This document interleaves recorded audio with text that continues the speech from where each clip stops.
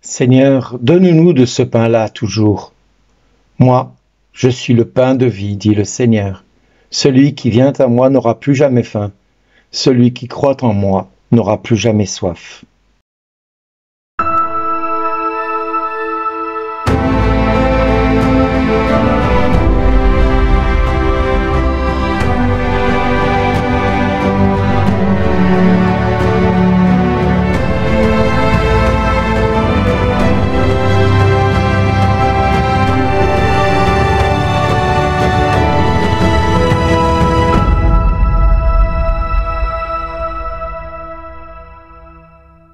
Aujourd'hui, le message vous est adressé par Bernard Dille. Bonjour les amis. Le 20 février 1984, pendant 5 heures, le Seigneur me montra sa passion. Pendant 5 heures, le Seigneur m'a donné de vivre quelque chose que je n'oublierai jamais. Tout a commencé alors que j'adorais l'Eucharistie. À l'époque, j'étais jeune converti, je ne connaissais rien à l'Église et au fonctionnement de l'Église. J'étais un tout nouveau converti, je comprenais rien. J'essayais de vivre tant bien que mal ma foi, et jour après jour, j'essayais d'avancer. Jour après jour, je me posais les bonnes questions en me disant « Mais Seigneur, est-ce que tu es là? Est-ce que tu es là? Est-ce que tu veux faire ceci? Est-ce que tu veux faire cela ?» Mais moi, je ne comprenais pas ce que tu attendais de moi. Alors un jour, le Seigneur m'a demandé d'adorer son corps dans l'Eucharistie. Mais à ce moment-là, pour moi, ce n'était rien d'autre qu'un morceau de pain sur un support que je ne savais pas qu'on appelait ça un ostensoir. Et ce support était là, disponible 24 heures sur 24 dans cet oratoire, derrière une icône. Il suffisait d'enlever l'icône pour voir l'ostensoir. Et je regardais ce corps pendant des heures, d'abord 5 minutes parce que je comprenais même pas pourquoi j'étais là, puis 10, puis 15, puis 20, puis après je passais 6 heures de mon temps devant. Et comme je le dis dans mon livre et dans la plupart de mes témoignages, je n'oublierai jamais ce 20 février 1984. Parce que ce 20 février 1984, à 2 heures du matin, j'ai entendu ma voix, j'ai entendu mon prénom avec un son de voix comme vous entendez ma voix. J'ai entendu Bernard. Alors je me suis retourné pensant que quelqu'un était rentré dans la pièce et personne n'était rentré dans l'oratoire. Alors je dis oula, je suis fatigué, il est 2 heures du matin, il est peut-être temps d'aller dormir. J'entends des voix, ça va pas. Et puis je me suis mis à genoux pour prier à nouveau, après avoir été assis un long moment. Et là, j'entends à nouveau mon prénom, Bernard. Et là je me retourne, je dis mais qui est-ce qui me fait une farce? Ça suffit, qui êtes-vous? Et là, j'entends cette voix qui me dit « Bernard, ça fait déjà 2 heures que tu es devant moi et tu sais toujours pas qui je suis. » Inutile de vous dire qu'à ce moment-là, j'ai commencé à voir tout mon corps qui s'est mis à trembler. Je comprenais qu'il se passait quelque chose qui m'échappait. J'avais beau regarder dans tous les coins de la pièce s'il n'y avait pas une farce qui m'était faite, une plaisanterie, une mauvaise plaisanterie en tout cas. Il n'y avait rien, aucun haut-parleur, aucune enceinte. Je me dis « Bon, je comprends pas. Qu'est-ce que c'est que cette voix? Qui c'est ça ?» Et cette voix qui a commencé à me dire « Comment me trouves-tu » Et là, je cherchais dans mon intelligence humaine quoi dire et quoi répondre à cette question. Et je regardais l'hostie qui était devant moi. Et à ce moment-là, j'ai répondu « rond ». Inutile de vous dire que le Seigneur m'a tout de suite repris. Il m'a dit « Bernard, je ne plaisante pas ». Et alors j'ai cherché tous les adjectifs sur Dieu. Je me suis vite rattrapé, j'ai essayé de citer les adjectifs « tu es grand, tu es merveilleux, tu es le Seigneur des seigneurs, le roi des rois, le Dieu des dieux ». Enfin, j'ai essayé de trouver tous les adjectifs qu'on m'avait dit sur Dieu, mais j'étais limité en mon adjectif parce que je n'étais qu'un homme.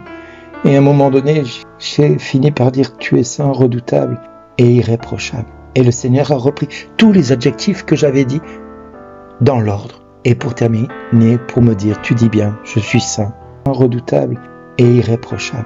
Inutile de vous dire qu'à ce moment-là, j'ai compris que Dieu était en train de me dire quelque chose que je ne comprenais pas. Et cette voix m'a dit « grâce à qui je suis devant toi ?» Et là, je me disais, mais comment je vais répondre à une telle question? Grâce à qui? Et à ce moment-là, je vois le prêtre, pendant la messe, lever cette hostie, la reposer sur la patène. Et là, je dis, grâce au prêtre? Il me dit, oui, même ces mêmes prêtres que tu détestes et que tu n'aimes pas, je te demande de les aimer, comme moi je les aime. Parce que sans leur oui, même s'il n'est pas parfait par moments, même s'ils ont renoncé à leur oui, même s'ils ont rejeté leur oui, même si pour leur oui, ils ont fait toutes sortes de choses qui n'étaient pas à faire, quand bien même leur oui, ils l'ont oublié, ils ont dit oui. Et moi, je me donne à toi chaque fois qu'ils célèbrent la messe. Alors je te demande de les aimer pour leur oui qu'ils ont dit. Et là, pendant 5 heures, le Seigneur m'a montré sa passion. Pendant 5 heures, j'ai pu voir quelque chose que peu de personnes ont pu voir. Je n'oublierai jamais ces images. Je n'oublierai jamais ces visions d'horreur où les mots me manquent la plupart du temps pour les décrire. Mais je peux vous dire une chose, ils sont gravés dans mon esprit, comme on grave au fer rouge quelque chose. Oui, ils sont gravés dans mon esprit. Et pas un jour, je vois une croix, je ne pense à ce que Jésus a vécu. Jésus n'avait plus figure humaine. Et quand il va multiplier les pains